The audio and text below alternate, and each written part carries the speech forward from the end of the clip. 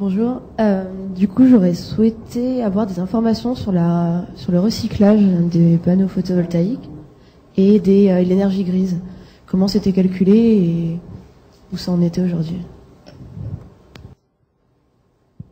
Oui. Alors sur l'énergie grise, donc l'énergie qui a été nécessaire pour fabriquer un système photovoltaïque. Parmi nos activités dans le cadre de l'AIE, on a fait une étude mondiale de toutes les études qui existent sur le sujet, donc universitaires, industrielles, etc. Ça date d'une dizaine d'années maintenant. À l'époque, ce qu'on appelle le temps de retour énergétique, c'est-à-dire le temps qu'un système photovoltaïque met à produire l'énergie qui était nécessaire à sa fabrication, d'accord. C'est pas une logique d'ACV, là je parle que énergie. C'était déjà à l'époque entre 2 et 3 ans. Sur des durées de vie, alors attention que la durée de vie des panneaux photovoltaïques, c'est pas 20 ans comme on le pense spontanément parce que les contrats d'achat sont sur 20 ans. Mes panneaux chez moi, là je vous ai montré, ils fonctionnent toujours, ils ont démarré en 1985, ils auront 30 ans l'année prochaine. Et donc voilà, il y a un facteur 10 et ce temps de retour diminue. Pourquoi? Parce que l'essentiel de l'énergie qui est dans un système photovoltaïque, c'est fait pour faire les cellules. Et les cellules, elles sont de plus en plus fines, donc il y a moins en moins de matière dedans. Elles sont des rendements de plus en plus importants. Donc, grosso modo, l'industrie photovoltaïque, ce qui fabrique les panneaux, même les autres, ont intérêt à économiser l'énergie, c'est ce qu'ils font. Donc, ils sont de plus en plus efficaces, et donc ce temps a tendance à diminuer. On est maintenant sur les systèmes les plus performants autour d'1 an. Alors ça, c'est sur le temps de retour énergétique. Et sur le recyclage, 85 à 90% du marché du photovoltaïque aujourd'hui, c'est du silicium. Donc, c'est des panneaux qui fonctionnent au silicium. Un panneau au silicium, il est composé, c'est 5% du poids d'un panneau, c'est la cellule, dans ce cas-là. Le reste, c'est du verre, c'est de l'aluminium, il y a un peu de partie métallique, il y a éventuellement un polymère à l'arrière, et puis voilà, et puis il y a de la colle, qui est le truc le plus embêtant, la colle qui colle la cellule au panneau. Mais du point de vue, d'abord c'est un matériau qui est inerte et stable, hein, le silicium, c'est issu du sable, donc c'est pas dangereux, il n'y a pas de terres rares, il n'y a pas de métaux lourds dans cette technologie en tout cas. Maintenant, il y avait un peu de plomb pour les soudures, c'est en train d'être supprimé par l'industrie pour avoir d'autres solutions. Donc on a des matériaux qui sont de plus en plus faciles à recycler. Enfin facile, c'est une façon de parler. Le gros problème, c'est pas tellement de les recycler, c'est de les collecter. Enfin, ça va être de les collecter. Parce qu'aujourd'hui, on n'a pas trop de problèmes avec ça, vu que les panneaux qui ont 30 ans, et à 30 ans, non, ça l'est pas beaucoup. Par contre, l'industrie photovoltaïque, maintenant, est soumise à la directive W3E, donc c'est les déchets de l'industrie électronique. Donc on est obligé d'avoir une taxe, je sais pas comment on appelle ça exactement, en tout cas une contribution qui va dans un fonds qui va permettre de collecter à terme ces panneaux.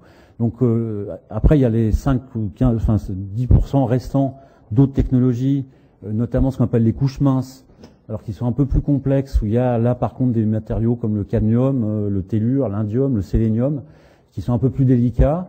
Mais les fabricants, les rares fabricants, on va dire, qui ont développé ces solutions-là, en même temps qu'ils commercialisent leurs produits, ont mis en place des systèmes de collecte, enfin de traçabilité, on va dire de traçage des panneaux. Je pense notamment à First Solar, qui n'est plus en Europe, mais qui est à l'international maintenant, avec le cadmium, donc qui est un matériau. Là pour le coup, c'est un métal lourd, qui est comme du plomb, mais ils ont des modes de recyclage qui ont été testés par des chercheurs du CNRS, notamment. Il y a une étude qui a été faite dans ce sens-là, qui recycle 97% de leurs matériaux. Donc voilà, on va dire, c'est pas un sujet d'actualité le recyclage, c'est pour dans 25-30 ans, mais l'industrie y a pensé déjà, et de toute façon, elle est soumise à des règles qui font qu'elle est obligée d'y penser. J'ai envie de dire qu'elle est probablement beaucoup plus performante que la plupart des autres fabricants de produits de grande consommation qui sont pas trop soucieux de ces questions-là. Voilà. Alors ça, c'est documenté, vous trouvez notamment sur le site photovoltaïque.info, vous aurez des études, des informations sur ces sujets-là. Il y a un éco-organisme en France qui s'appelle PV Cycle et qui est en charge justement de la collecte et du recyclage des modules photovoltaïques. C'est en Europe, hein, c'est un organisme européen. Il est européen, ouais, après il est décliné. Oui, bonjour, j'aurais 2 questions. Ça marche là la première, c'est vous avez parlé de la parité réseau et si j'ai bien compris, ça va arriver assez vite. Mais pour moi, si on arrive à la parité réseau et si on va en dessous, la problématique de l'autoconsommation est complètement inversée. Du coup, toute la réflexion que vous nous avez posée, est-ce que les bases de la réflexion sont pas à revoir? Ça, c'est ma première question. Et la deuxième question concerne le problème que vous avez dit de raccordement au réseau avec des PTF qui étaient trop importants. Or, si on voit à l'échelle des gros consommateurs, enfin des gros producteurs, pardon, au niveau du schéma régional, c'est déjà prévu que les gestionnaires de réseau récupèrent cette énergie. Ils mettent en place les infrastructures pour le faire. Donc, qu'est-ce qui explique qu'au niveau des plus petites puissances, on ait ce problème-là et qu'on ait ce refus des gestionnaires de réseau de récupérer cette énergie, vu que la démarche, à mon avis, est la même? Alors, sur la première, j'ai envie de dire qu'il faut faire attention de ne pas confondre le coût apparent de production du kilowattheure et l'équilibre économique qu'on va voir, parce qu'il y a des tas de coûts à côté, notamment le raccordement au réseau. Vous avez vu en Allemagne, c'est un facteur 2 entre le coût de production du photovoltaïque et le coût, le prix d'achat pour le particulier. Voilà. Malgré ça, l'autoconsommation ne se développe pas à grande échelle. D'accord? Parce que, d'abord, aussi un petit détail, c'est que le système d'autoconsommation, il existe déjà en France, s'appelle la vente de surplus. Ça n'a jamais fonctionné. Pourquoi? Parce que on ne sait pas comment ça marche, on ne sait pas combien, parce qu'on n'a pas de modèle économique. L'intérêt du tarif d'achat à 100%, c'est quand même que c'est pour ça qu'il a été inventé. Il n'est pas tombé de la planète Mars. Hein. Il a été théorisé. C'est les Danois qui l'ont inventé pour l'éolien à l'origine. Il a été transféré en Allemagne. Il a été expérimenté par des villes d'abord, et puis étendu au niveau national. Et c'est la France après qui a copié ça. C'est qu'il a une vertu, c'est qu'il a un signal très clair. C'est-à-dire, on dit voilà, pendant 20 ans, vous avez ce tarif-là, et ça s'équilibre sur la durée.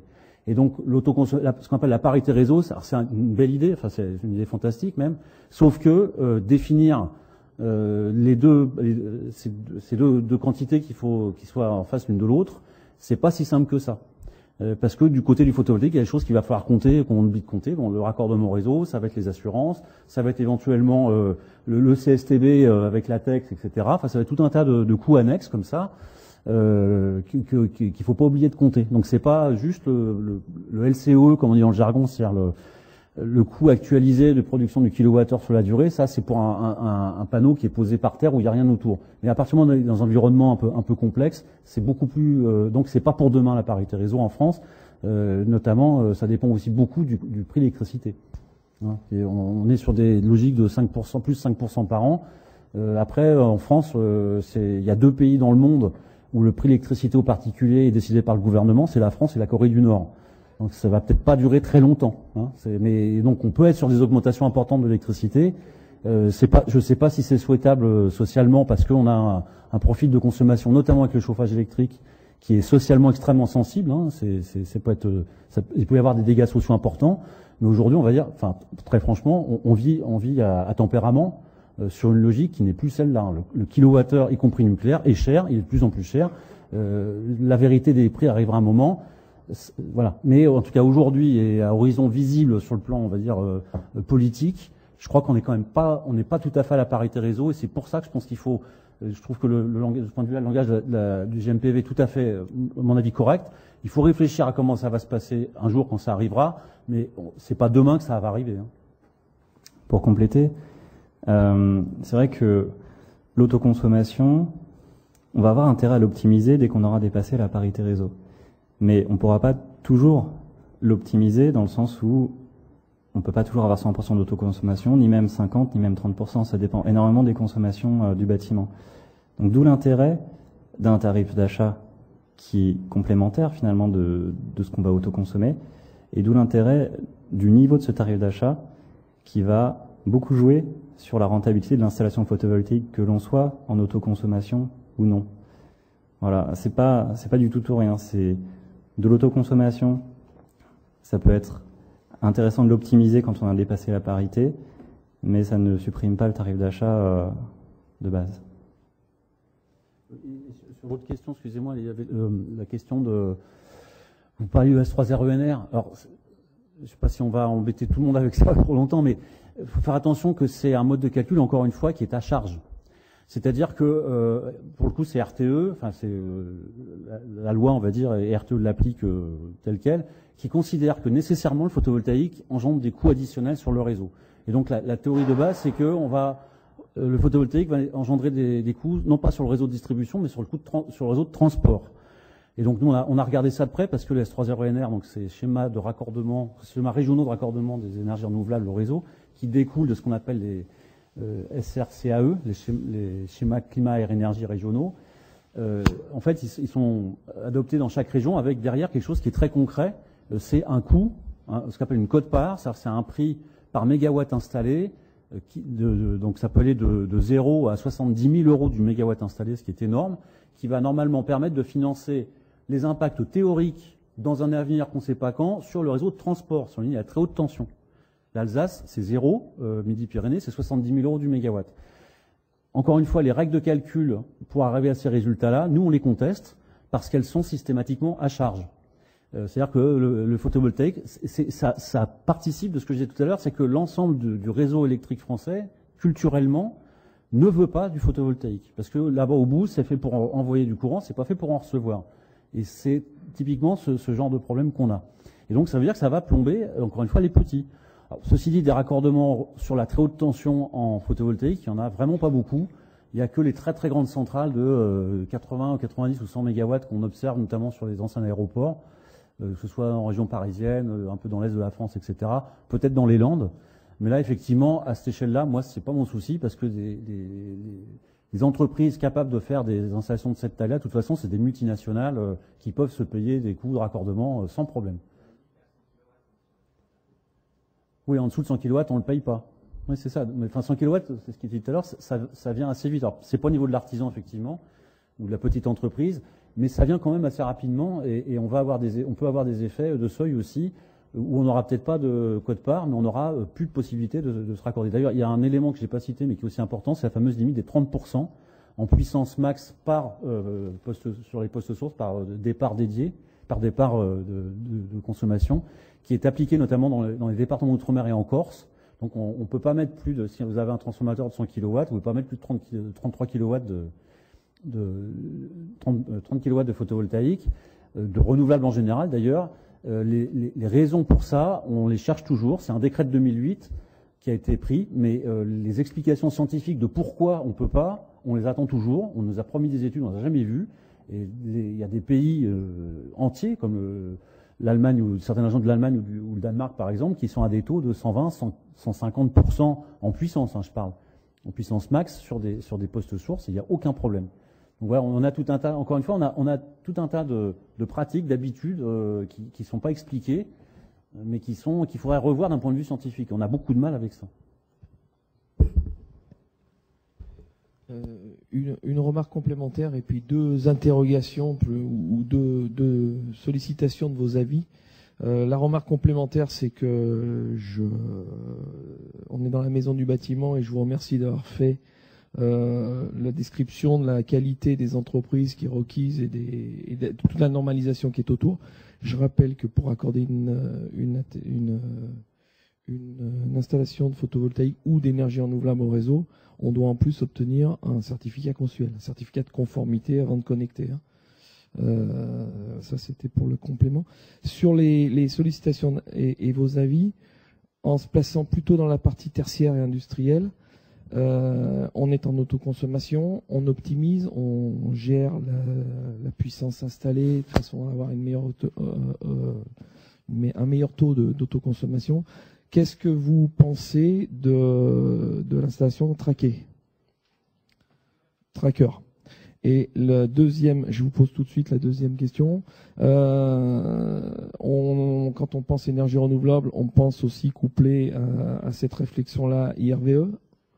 Est-ce que IRVE, c'est les recharges de véhicules électriques. Est-ce que, pardon, oui, excusez-moi. Est-ce que l'installation projetée et le développement qui semble vouloir s'accélérer des bornes de recharge automatique peut être une réponse à l'absorption de la partie non consommée de l'autoconsommation chez le privé? Et est-ce que la réflexion peut être mutualisée sur ces deux thèmes-là? Oui, alors sur les trackers, c'est une solution qui a clairement montré son intérêt. On augmente de 30% à peu près la production d'énergie annuelle. Alors maintenant, ça existe beaucoup sur les centrales au sol. Maintenant, la question, ça va être sur le bâtiment. On a aussi les problématiques de maintenance qui sont évoquées, notamment quand on a un moteur sur chaque module photovoltaïque. Après, il y a aussi des solutions mécaniques qui permettent de minimiser la maintenance avec un seul moteur qui contrôle tous les modules. Mais pour parler bâtiment, on a des entreprises qui réfléchissent à l'heure actuelle, qui sont en phase de recherche et développement sur des installations de trackers sur bâtiment. Maintenant, vont se poser la question déjà de l'acceptabilité environnementale. En milieu urbain, c'est déjà pas évident toujours d'installer du PV. Si ça bouge, ça risque de poser quelques petites questions supplémentaires. Et puis, sur le plan technique, à mon avis, ça va pas être évident d'apporter toutes les garanties techniques, notamment en termes de descente de charge, de liaisonnement avec l'étanchéité, par exemple. C'est-à-dire qu'on a déjà des évaluations techniques qui sont relativement coûteuses à l'heure actuelle pour des systèmes assez simples, fixes. C'est vrai que le tracker, pourquoi pas, mais avec cette interrogation sur toutes les études techniques qui vont amener à être sûr que ça pose pas de risque voilà, en termes de sinistres, de sécurité, etc. Ensuite, tu veux compléter? Alors, sur celui-là, moi je veux dire franchement, c'est complètement absurde de mettre des trackers sur des bâtiments pour les raisons qui ont été dites, mais en fait, on réinvente l'eau tienne, mais les trackers, c'est pas les Français qui l'ont inventé en 2014. Ça a été fait notamment en Allemagne pour des centrales au sol à échelle industrielle en grande quantité avec des performances. Quand on dit 30%, c'est vraiment le maximum qu'on va obtenir. Moi, j'avais notamment un truc qui s'appelait Solon, qui était spécialiste, et déjà en 2007, 2008, ils en installaient partout dans le monde. Ils nous disaient le gain de 30% n'est pas suffisant pour justifier l'augmentation de l'investissement et du fonctionnement. Et notamment, le gros problème qu'ils avaient, c'est l'augmentation du coût de l'acier. C'était des montants en acier qui étaient sur du béton. C'est juste économiquement pas viable. Ça peut valoir le coup dans le Sunbelt, c'est-à-dire dans les pays du Sud, pour aller chercher du soleil de midi à très grande puissance sur des grandes installations. Mais en France, ça n'a pratiquement aucun intérêt. Enfin, le jeu n'en vaut pas la chandelle. Et puis, il y a un autre élément aussi d'intégration dans le réseau qui est important, c'est que si on va faire du tracker, ça veut dire qu'on va augmenter la puissance crête. On va se rapprocher le plus possible de la puissance crête. Or, aujourd'hui, ce que je vous ai montré, c'est qu'on a tendance, au contraire, pour pouvoir installer plus de puissance, il vaut mieux réduire les fois où on arrive à cette puissance crête. Et du coup, on n'est pas loin, et dans certains cas, c'est déjà le cas, enfin, c'est déjà une situation réelle, que plutôt que de se mettre au sud, moi j'ai toujours appris le photovoltaïque 30 degrés au sud, plein sud, machin, etc. Ce qui fait qu'on a une forme en cloche comme ça. Et la cloche pose problème, c'est si on coupe le petit bout qui dépasse, c'est là qu'on peut rajouter de la puissance. Et du coup, on a intérêt à avoir non pas une forme en cloche comme ça, mais à aplatir, à faire comme ça. Ça veut dire quoi? Ça veut dire qu'au lieu de mettre au sud, comme ça, on met est-ouest, moins incliné. Et là, on a des gains. Alors, on perd en productivité, d'accord, mais on installe plus en puissance. Et les gains d'échelle, parce qu'on va mettre le double, voire le triple de puissance sur la même surface, on va y gagner. Il y avait une étude qui a été faite par comment il s'appelle, Photon International, qui est une revue professionnelle. Ils avaient pris 1 hectare, à l'époque c'était en Allemagne, sur 1 hectare de terrain. Ils avaient étudié en cas réel avec des devis, etc., le prix du foncier, tout ça. Si on mettait bien à 30 degrés, on est obligé d'écarter les panneaux les uns des autres. Donc en fait, on ne couvre que 30% de la surface. Et on optimise en puissance totale par rapport en production totale par rapport à la puissance sur l'année, mais avec toujours ces cloches. Et si on met est-ouest comme ça, on met le triple de puissance, on produit un petit peu moins, mais au total, la différence, c'est le prix du foncier qui faisait que c'était plus intéressant de mettre est-ouest que plein sud. D'accord? Donc le tracking, pour moi, c'est compliqué pour pas grand-chose. Ça peut se justifier dans certains endroits, mais pas chez nous. Et puis surtout sur le bâtiment. Alors là, franchement, ce que disait Vincent avec beaucoup de fioriture, moi je dis franchement, vous imaginez des machins qui bougent partout sur tous les toits, plus la maintenance, les moteurs qui sont à l'extérieur et tout ça. Bon, je pense que ça fait partie des gadgets moi je dis franchement, ça fait partie des gadgets qui occupent du monde. Dans les appels d'offres de la Creux, il y a des choses comme ça qui traînent. On réinvente l'eau tiède, on ferait mieux d'aller regarder. En Allemagne, tous les trackers qu'il y a, ils sont tous bloqués maintenant en fixe. Parce qu'il n'y a plus personne qui paye la maintenance pour aller réparer le machin au bout du champ, quoi. Je parle de centrale au sol, et sur le bâtiment, on ne va pas monter sur les toits pour aller changer. Enfin, moi, je trouve que c'est franchement absurde. Voilà. Oui, s'il vous plaît. Sur les recharges. Alors là, moi, je suis très inquiet sur les 7 millions de bornes de recharge qui ont été annoncées. Pour moi, c'est quelque chose... Je ne sais pas si ERDF a été consulté. Ça m'étonnerait, parce que... Là, le réseau, c'est lui, ils vont être, alors là, pour le coup, on va peut-être être tranquille côté photovoltaïque parce qu'ils vont se soucier de ça, de freiner le plus possible. C'est tout simplement quelque chose que le réseau ne peut pas encaisser aujourd'hui. Alors après, sur l'adéquation, c'est quelque chose qui est à l'étude à Lyon, à la Confluence, avec l'opération SunMove. Je ne sais pas si vous avez vu. Alors c'est pas de l'autopartage, enfin c'est l'autopartage, mais de flotte privée en fait, hein, des habitants et des entreprises, et qui sont alimentés très clairement par les parcs photovoltaïques qui sont sur les toits de la Confluence. Donc pour l'instant, oui, ça peut valoir le coup de regarder ça de près. Il y a quand même un certain nombre de conditions. Une voiture, elle roule la nuit, ça va bien, mais si la journée, si elle peut pas rouler parce qu'elle est en train d'être rechargée, ou alors il faut stocker. Enfin bon, il faut définir un périmètre et des paramètres un peu clairs et regarder ça de près. Je dirais pourquoi pas jusqu'à un certain point, mais faut quand même être prudent a priori pour dire que c'est un modèle qui sera généralisable. Il y a sûrement des niches, il y a sûrement des possibilités, mais voilà, ça se regarde de près. Et c'est vrai que ça peut être intéressant en termes en tout cas de potentiel énergétique, quand on regarde ce que produit une ombrière sur l'année. De mémoire, c'était de l'ordre de 50 à 80 000 km pour un véhicule électrique. Donc c'est vraiment très intéressant. Après, il y a quelque chose qui pourrait être bien aussi avec les véhicules électriques, ce serait, si on dépassait les problématiques techniques et si on réfléchissait sérieusement, utiliser les batteries des véhicules électriques en tant que dispositif de stockage pour optimiser, pourquoi pas, l'autoconsommation dans le cas où on est rentable, où on est en parité réseau. Et là, ça pourrait être une solution intelligente qui permettrait de ne pas racheter un dispositif de stockage qui coûterait aussi cher que l'installation photovoltaïque, de mutualiser les coûts finalement. Ouais. Avec quand même un détail, c'est que c'est des batteries sur roues et que la voiture, elle n'est pas faite pour stocker l'électricité, elle est faite pour se déplacer. Donc si on commence à dire aux gens, déjà, vous ne pouvez pas recharger quand vous voulez, ça prend 8 heures la nuit, et si vous voulez recharger en un quart d'heure, ça va coûter la peau des fesses, c'est des installations à 40 kW de puissance, ça c'est tout simplement impossible. Et si en plus on leur dit, attention, là le réseau a besoin de l'électricité qui est dans votre voiture, vous ne pouvez pas aller faire les courses ou aller chercher mémé au train, je pense que sur les modes de vie, on va avoir des butoirs assez rapides. Pour moi, typiquement, ces affaires-là sont des visions technicistes, séduisantes, il n'y a pas de doute, c'est très intéressant, mais rentrons dans le détail, allons voir ce que ça signifie sur comment on vit avec ces objets-là autour de nous. Je pense qu'il y a d'autres solutions plus performantes que celle-là, socialement et techniquement, économiquement, avant de trop se lancer là-dessus. Bon, mais ça ne veut pas dire qu'il ne faut pas le regarder. Encore une fois, soyons prudents. Le véhicule électrique, c'est pas la première fois qu'on en parle. Moi, j'ai un certain âge, et ça fait au moins la 3e fois qu'on nous dit on va se lancer dans le véhicule électrique. Je vois quelques têtes blanches aussi dans la salle, je pense qu'ils s'en rappellent. On n'a jamais vu le résultat. Jamais. C'est-à-dire que c'est resté des niches. Alors aujourd'hui, il y a plus de moyens qui sont mis. Il y a une injonction politique très forte en France, pas partout dans le monde. Il y a d'autres options qui sont prises en termes de mobilité. J'attends de voir qu'on ait bien alors les 7 millions de bornes, je les attends, et les 2 millions de véhicules électriques. Il faut savoir qu'en 2014, il s'est vendu moins de véhicules électriques qu'en 2013 déjà. Pourtant, la prime était la même, il y a une incitation très forte.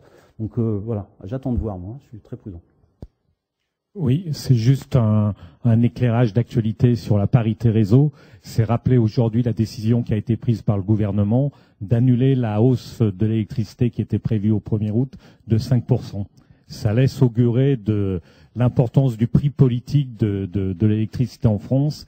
Et la parité réseau, moi, ça fait bientôt 40 ans que je suis dans les énergies, une dizaine d'années dans les énergies nouvelles. La parité réseau, on en parle toujours au futur. Et le futur a une tendance à reculer au fur et à mesure qu'on avance. Donc attention, prudence, et merci pour tout ce qui a été dit, en particulier par Marc, parce qu'en matière d'énergie, en matière de photovoltaïque, le bon sens et la simplicité doivent toujours nous guider dans nos décisions, et évitons les complexités. En France, il y en a déjà pas mal comme ça au niveau réglementaire.